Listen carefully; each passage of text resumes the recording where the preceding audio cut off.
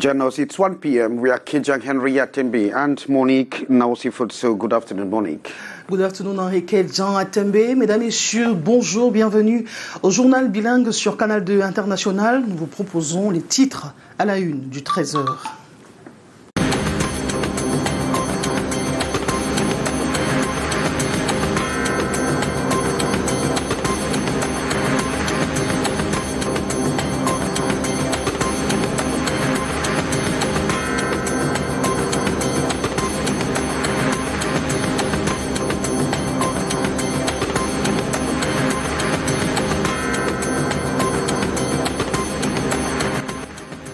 Tirs groupés contre la vie chère au Cameroun, phénomène accentué par la crise russo-ukrainienne. Face à la situation qui a atteint la cote d'alerte, le gouvernement se met en branle. Et tout à l'heure à Yaoundé, à 15h30 précisément, 5 ministres s'adresseront à la presse, une communication gouvernementale sur les mesures prises pour juguler l'inflation. Nous avons Delphine Fonkoutene en repérage. Cameroon commemorates the 10th African Day of Decentralization.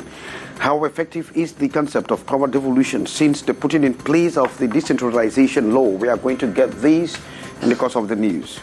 Nuisances sonores dans les églises, clandestinité, c'est le propre de certaines églises dans la ville de Douala. Les églises sont érigées presque dans chaque maison d'habitation. La pollution sonore de jour comme de nuit est subie par les populations qui disent être abandonnées à elles-mêmes. Kenyans tally results of yesterday's election to seek for a new leadership. Raila Odinga versus William Ruto are the two horses for the race. Those were our top stories. We are having the news in a split second.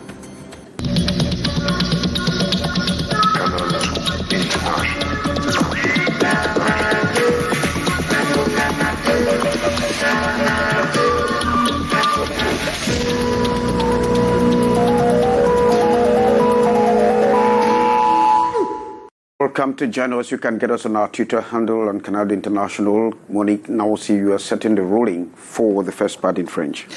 Bien sûr, Henri Kejang Atembe, 5 membres du gouvernement annoncés face à la presse cet après-midi à Yaoundé, 15h30 précisément. Il s'agit des ministres du Commerce, le ministre de l'Agriculture et du Développement rural, le ministre de la Communication, le ministre, on a parlé également de la Recherche scientifique et de l'Innovation, le ministre de l'Eau et de l'Énergie. Le prétexte de cette conférence de presse, c'est la vie chère.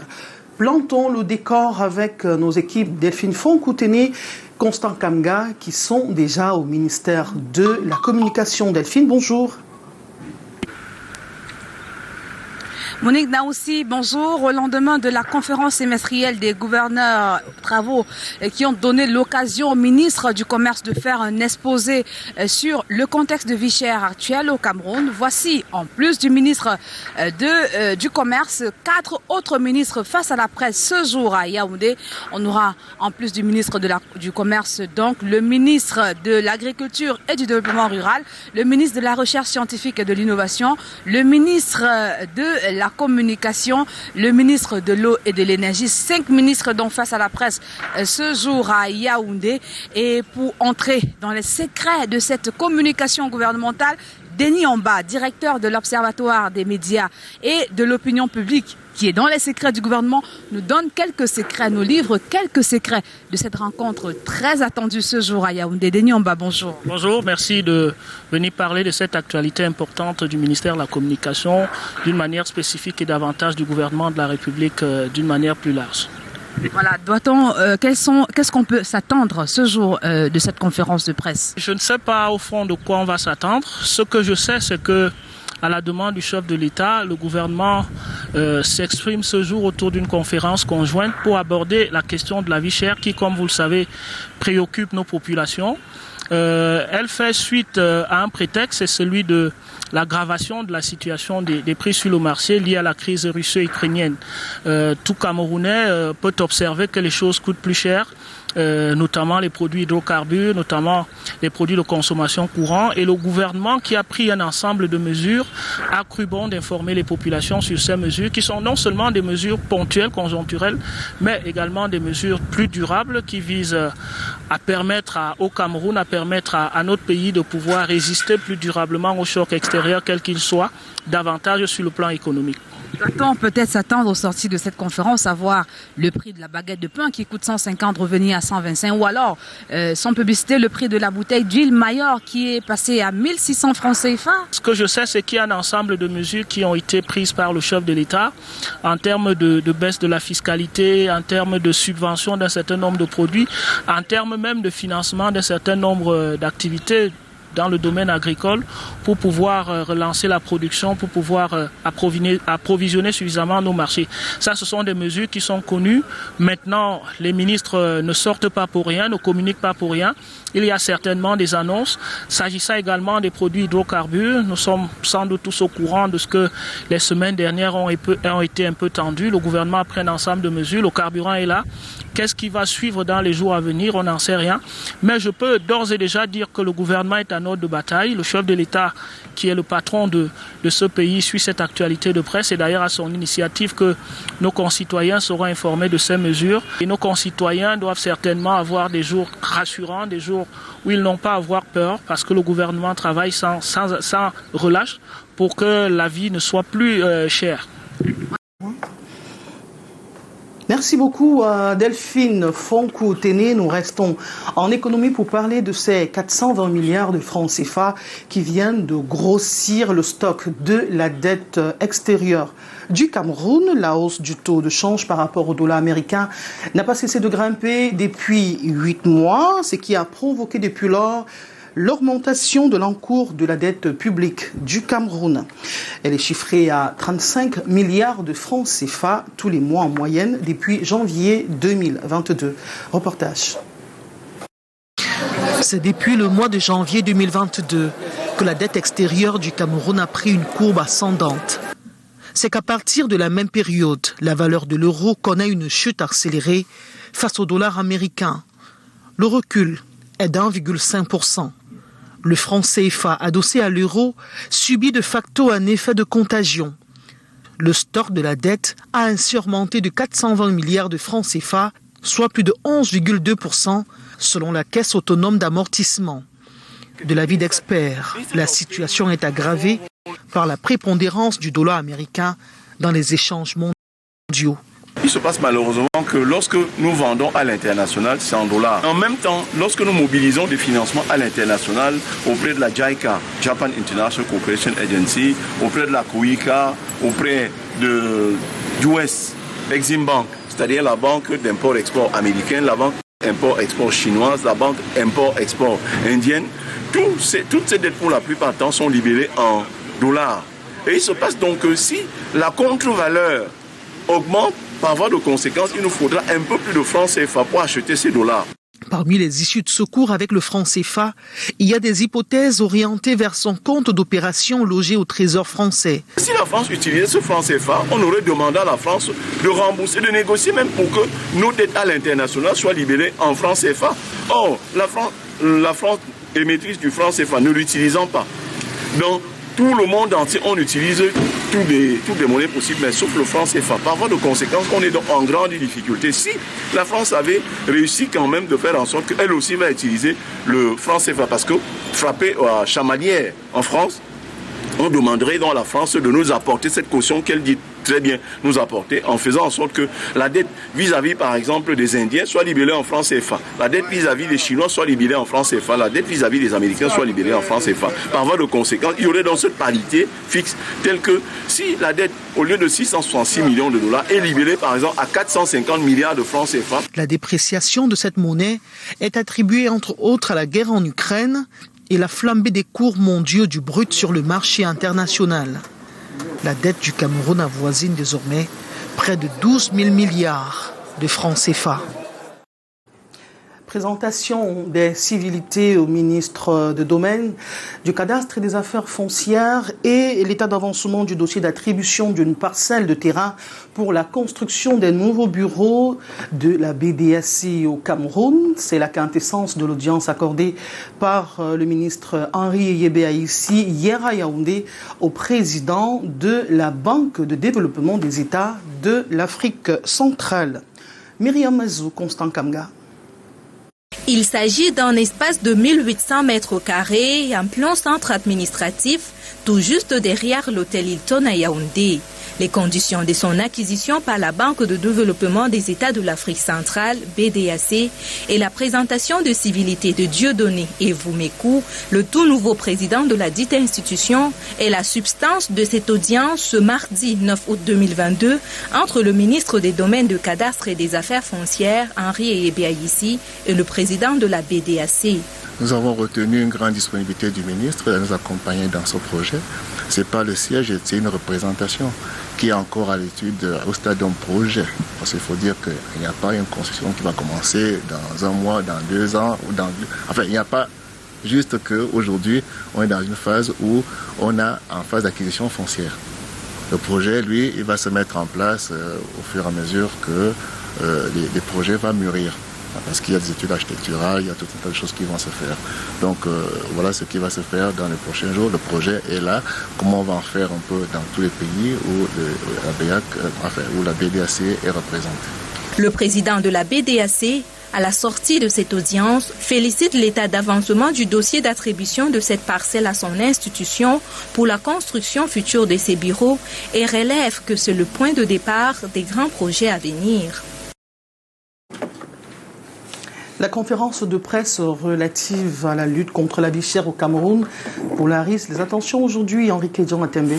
And 5 government ministers will today face the press in a joint conference, like you rightly said, slated at the auditorium of the Communication Ministry. Now, the members of government will unveil government strategy to fight high cost of living. They include the Minister of Trade, the Minister of Agriculture and Rural Development, that of Scientific Research and Innovation, and the Minister of Water Resources and Energy. They will have to join the Minister of Communication, government spokesperson, at 3:30 p.m. And the joint outing by the members of government comes on the uptick of rising prices of basic necessities caused by the Russo-Ukrainian conflict since February this year. And in more news, regional governors have been challenged to double-check prices of basic commodities in their respective jurisdictions. This as Cameroon battles to live with the prevailing high costs of high prices. Minister Paul Atangandji actually tasked the ministers as he ended up with the 2020 biannual Conference of Governors. Details with Hyacinth Chia. It has been 2 days of heated deliberations between the Minister of Territorial Administration, Paul Atangandji, and the regional governors on the security challenges of the country and the difficult economic moment. The assignment to be carried to their respective regions is clear. The take-home message is that they just have to do their job and explain to the local population all what the government is doing to alleviate poverty and to create a conducive environment where people can do their businesses and the promotion of public liberties, which is essential in the country. Paul Atangandji underlines that the situation is getting worse by the day, with prices of basic commodities geometrically increasing in the markets. Time to bury party differences and rescue the drowning economy. When the government sets the pace that this is what has to be done, then the political parties, even those who does not think like us from the CPDM, should accompany the government instead of bringing messages which will destroy the dynamics of the system. It is not correct. He urges the regional heads to find lasting solutions to the recurrent land issues within their jurisdiction. If you are not palm oil plantation, CDC, EVECAM, how can you be the owner of land title trust ranging to more than 100 hectares? It's a problem. So the local the governors will go back and look into all those issues, because whenever I'm in front of the parliament, I am always questioned on this problem of land grabbing, which is a national problem. The MINAT boss formally instruct the 10 authorities to monitor closely the activities of non-governmental organizations and fish out those with hidden agendas of destabilizing the country, consolidating his stand with the adage that says, the orphanage doesn't mock at charity. Well, thanks, Hyacinthia, reporting the sub-state entities, local councils and regions have been called upon to further federate their resources with that of the state in order to achieve food self-sufficiency. Now, that message was echoed by the Minister of Decentralization and Local Development, George Elang Obam, during a declaration ahead of the 11th African Day on Decentralization and Local Development. In fact, that took place yesterday. Beatrice Ngamu completes that story from our Yaoundé Bureau. Making food security a key priority for territorial development and cooperation is a theme the African Union is calling member states to reflect on for this 11th edition of the African Day of Decentralization and Local Development. In his declaration ahead of the day, the Minister of Decentralization and Local Development, George Elanga Obam, said in Cameroon the condition for establishing a synergy between the state, regional and local authorities and the private sector for the development of agriculture, pastoral and fish farming production already exists. The promotion of agriculture and livestock is one of the powers transferred to councils and regions by the law to institute the General Code of Regional and Local Authorities in the field of economic action. And as such, the celebration, August the 10th, is an opportunity for local elected officials to become aware of their role in food security. Our local areas, especially the rural ones, must benefit from the transformative action of councils and regions in order to fast-track the release of significant agricultural potential they have. Since achieving food security is not only a matter of production, other councils and regions, regardless of their level of urbanization, have a role to play in the processing, conservation and marketing of foodstuffs. Instituted by the African Union, the day enhances the dissemination of the 9 principles and values formulated for players in the decentralization sector in the governance of local affairs, such as solidarity, community and inclusive participation, diversity and tolerance, respect for human and people's rights, among many. And President Paul Biya has signed a decree reorganizing the municipal police. The legal framework has given more attributions to the municipal police corps placed under the authority of the mayor. And amongst other attributions, the municipal police will assist in traffic circulation, environmental degradation, security, urban disorder, crimes, and the undertaking to make sure they secure public entities and persons involved in accidents as well as deaths are properly handled. And Cameroon's Minister of Trade says that the government has used over 408 billion CFA francs in 2002 as subventions on basic needs following the geometric increase in prices in the world market. Luc Magbang-Barga Atangana has also insisted that custom duties will be slashed down on basic commodities to help the business people actually catch up with business. Titus with Hyacinthia. Before the regional governors, the Minister of Trade, Luc Magbang Atangana, paints the picture of the state of the skyrocketing prices of basic commodities like gas, petrol, flour, rice, among others. The subvention by the government has cost the state over 408 billion in 2022. Cameroon is losing since January 2022 as subventions on basic commodities. January, 21 billion on petrol and domestic gas. February, 35 billion. March, 42 billion. April, 67 billion. May, 70 billion. June, 84 billion, and it just ended July, 110 billion CFA francs. The communication this Monday, August 8, elaborates the realities of the different items, what Cameroonians pay for, and the discount burdened by the government. Cameroonians buy Super for 635 francs per litre, while the actual price is 1,048 francs, so the state pays the rest. For gas oil, the price at the filling station is 575 francs, but the real price is 1,112 francs. For domestic gas, consumers continue to pay a 12.5 kilogram bottle for 6,500 francs, while the real price in the market is 14,000 francs. The custom duties on wheat flour has been reduced, and the price has a subvention of 2,500 francs per bag. That is about 5 billion per month. Trade Minister urges the regional administrators to follow up the respect of homologated prices by business operators in their respective regions and fish out sellers who exploit Cameroonians with additional exorbitant prices. Thanks, Hyacinth Monique. We are talking sound pollution. Sound pollution, of course. On parle de nuisances sonores dans la ville de Douala, entre clandestinité et nuisances sonores. Les populations se plaignent de la perturbation intempestive de jour comme de nuit. C'est du bruit partout. Les églises se créent tous les jours pratiquement dans les maisons d'habitation et les populations disent être abandonnées par elles-mêmes, par le gouvernement. Reportage de Samuel Baïha. Dieu s'est-il éloigné si loin des hommes qu'il leur faut parfois crier si fort, la nuit et le jour durant, pour le réveiller. Nous constatons malheureusement que certaines églises choisissent généralement d'ailleurs la tombée du jour pour engager leurs activités et avec des décibels, comme si Dieu avait besoin d'un volume maximum pour suivre. Non.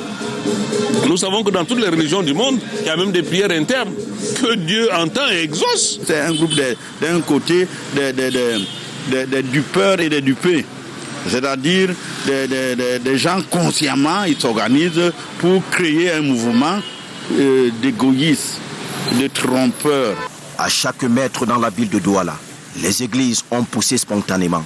Le désespoir a créé une classe de fauchés qui se rue dans les églises. On les appelle chercheurs de miracles. Qui amène à l'église, je cherche solution pour mes problèmes. Une soif de solutions à tout prix. Mais parfois, dans les bras des prédicateurs à la langue aiguisée, on est plus proche de l'enfer que du paradis rêvé. Ils ont le vaudou dedans, qui fait croire qu'il fait les miracles, mais il n'en est rien. Il y a du bon et du mauvais gré qui se servent de la pauvreté, non seulement mentale, non seulement intellectuelle, des populations, mais qui se servent aussi de la pauvreté matérielle pour faire rêver la couche. Presque au bord d'une folie généralisée, le tapage infernal et le spectacle font plus de mal que de bien au tympan. Près de cette église, Thérèse n'en peut plus. C'est tous les jours avec des instruments, même si qu'il commence à taper ça à 3 heures du matin, ils se lèvent, ils commencent à taper.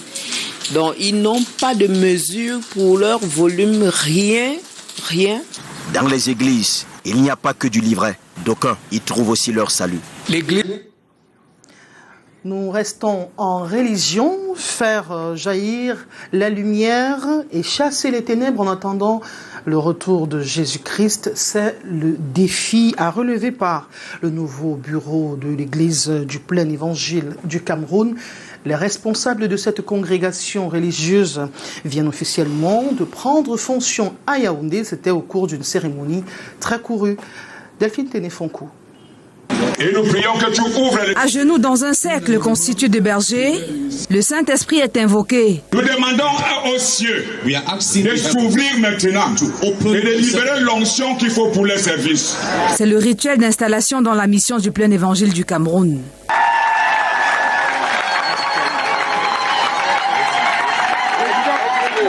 Cris de joie et youyou pour accueillir les nouveaux membres de cette congrégation religieuse. Ils sont désormais en poste pour un mandat de 5 ans, placés sous le signe du travail d'équipe.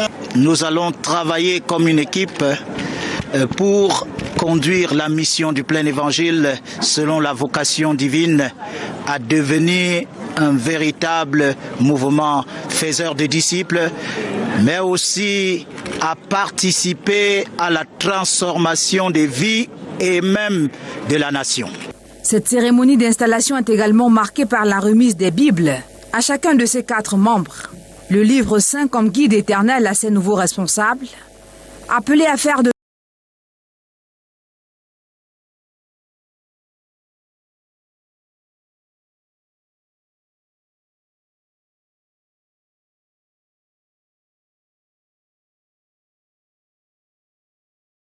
une église pour bénir les nations, faire jaillir la lumière de Dieu et chasser les ténèbres, guérir les nations, bénir les communautés et rendre le peuple prêt parce que le roi revient, le roi des rois, Jésus-Christ. Ces nouveaux membres du bureau de la commission du plein évangile du Cameroun sont le résultat des élections nationales tenues dans toutes les régions en mai dernier.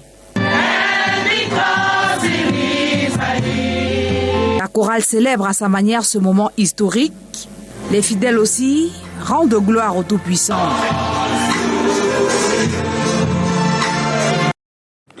Célébration sans nuisance sonore. Henri Kedjan Atembe, on parle du cacao. Yeah, Cameroon is expected to produce 640,000 tonnes by 2035.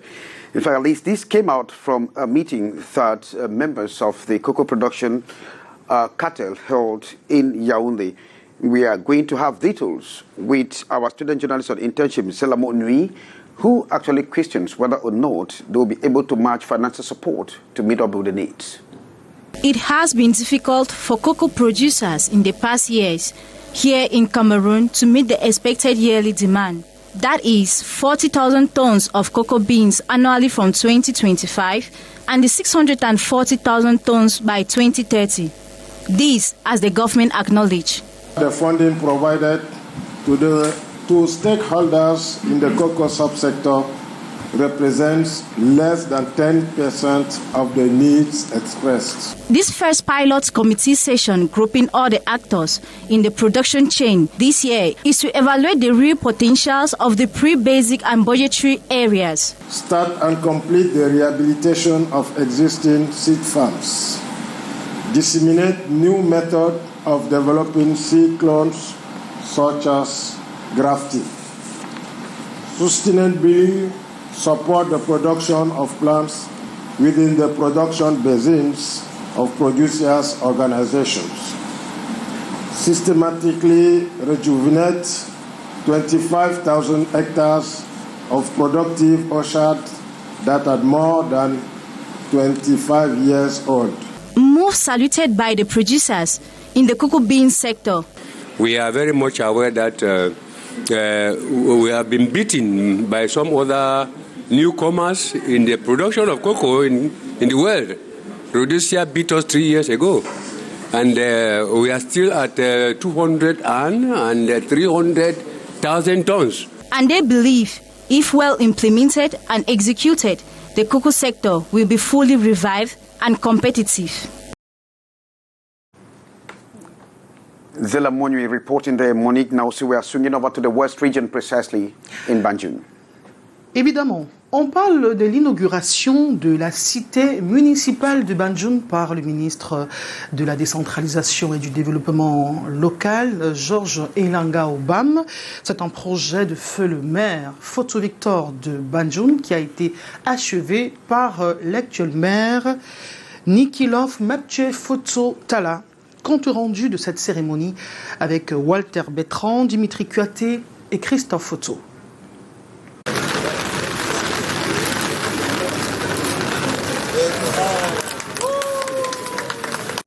Comme un champignon qui sort de terre, la cité municipale de la commune de Pété Banjul étale ses multiples attraits et polarise l'attention de tous. Composée de 34 logements, dont 9 plein-pieds et 2 immeubles répartis en villas, studio des immeubles, chambres modernes, l'ensemble implanté sur une superficie de 3 hectares. Vendredi 5 août 2022, le ministre de la décentralisation et du développement local, Georges Elanga Obam, a procédé à la cérémonie d'inauguration de cette infrastructure qui vient renforcer le potentiel en logement. Un ambitieux projet né du désir et de l'ambition du maire, le patriarche Victor Photo de regretter mémoire, mais dont toutes les populations du département du Konki sont heureuses de constater que l'actuel maire, Mapche Photo Nikilov, épouse Tala, a poursuivi et parachevé l'exécution de cet important projet. nous avons constaté que nos compatriotes, et beaucoup plus ceux de la diaspora, avaient du mal à s'acquérir un logement décent à Banjul. Je veux dire, les cadres de l'administration qui travaillent à Banjul avaient un besoin urgent de se loger dans des logements décents à bas prix. La construction de cette cité municipale viendra donc offrir à cette compatriote un logement décent à un prix raisonnable. La cérémonie était en présence des directeurs généraux du Fonds spécial d'équipement et d'intervention intercommunale, en abrégé FECOM, du Crédit foncier du Cameroun, de plusieurs autorités administratives, traditionnelles, culturelles, de la grande famille politique. Financement de 730 millions, financement reçu du guichet FECOM, nous permettra de construire un petit centre commercial au niveau de Toba. Je ne peux terminer ces propos sans toutefois remercier le chef de l'État, travaillant sur sa politique de développement, lui remercier pour tous les financements que nous avons reçus. M. Fotso Victor, de regretter mémoire, avait pensé à doter sa ville d'un environnement où ceux qui viennent à Banjul trouveraient à se loger, qu'ils soient natifs ou étrangers. Elle a continué dans cette lancée et met à disposition aujourd'hui une quarantaine de logements que j'ai eu le bonheur et le plaisir de visiter. Croyez-moi, ça a été extrêmement agréable. Les travaux sont effectués dans les règles de l'art. Les commodités que l'on s'attend à voir en pareilles circonstances sont disponibles. Cette cité, baptisée cité municipale Foniabron Fotso Victor, restera entre autres un chef-d'œuvre à la ville de Banjul et à la postérité.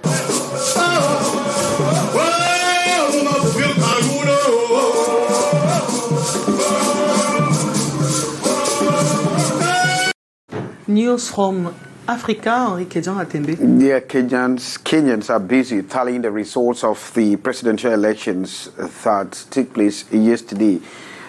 Considered a horse or a race of two horses between 55-year-old Deputy President William Ruto and the 77-year-old veteran politician Raila Odinga. Some 22 million Kenyans actually registered for the elections, known to have of course, been very tight as we are getting information beat by beat while waiting for the complete tallying of those results. Canada International has been following closely and will be bringing you updates as they unfold. In fact, with that, we draw the curtains for this edition of the 1 p.m. Bilingual News. We've been Kedjan Henry Atembe and Monique Naosi Fotso. Good day, Monique. Good day, Henri Kedjan Atembe. Mesdames et messieurs, merci de nous rester fidèles. Le 13 entre en gare. Prenez rendez-vous à 15h30 avec Écho des régions. 18h15, le journal en langue anglaise. Et à 19h50, le grand format dans la langue de Molière. Quant à nous, nous vous retrouverons demain à 13h avec le même plaisir. Bon après-midi sur Canal 2 International.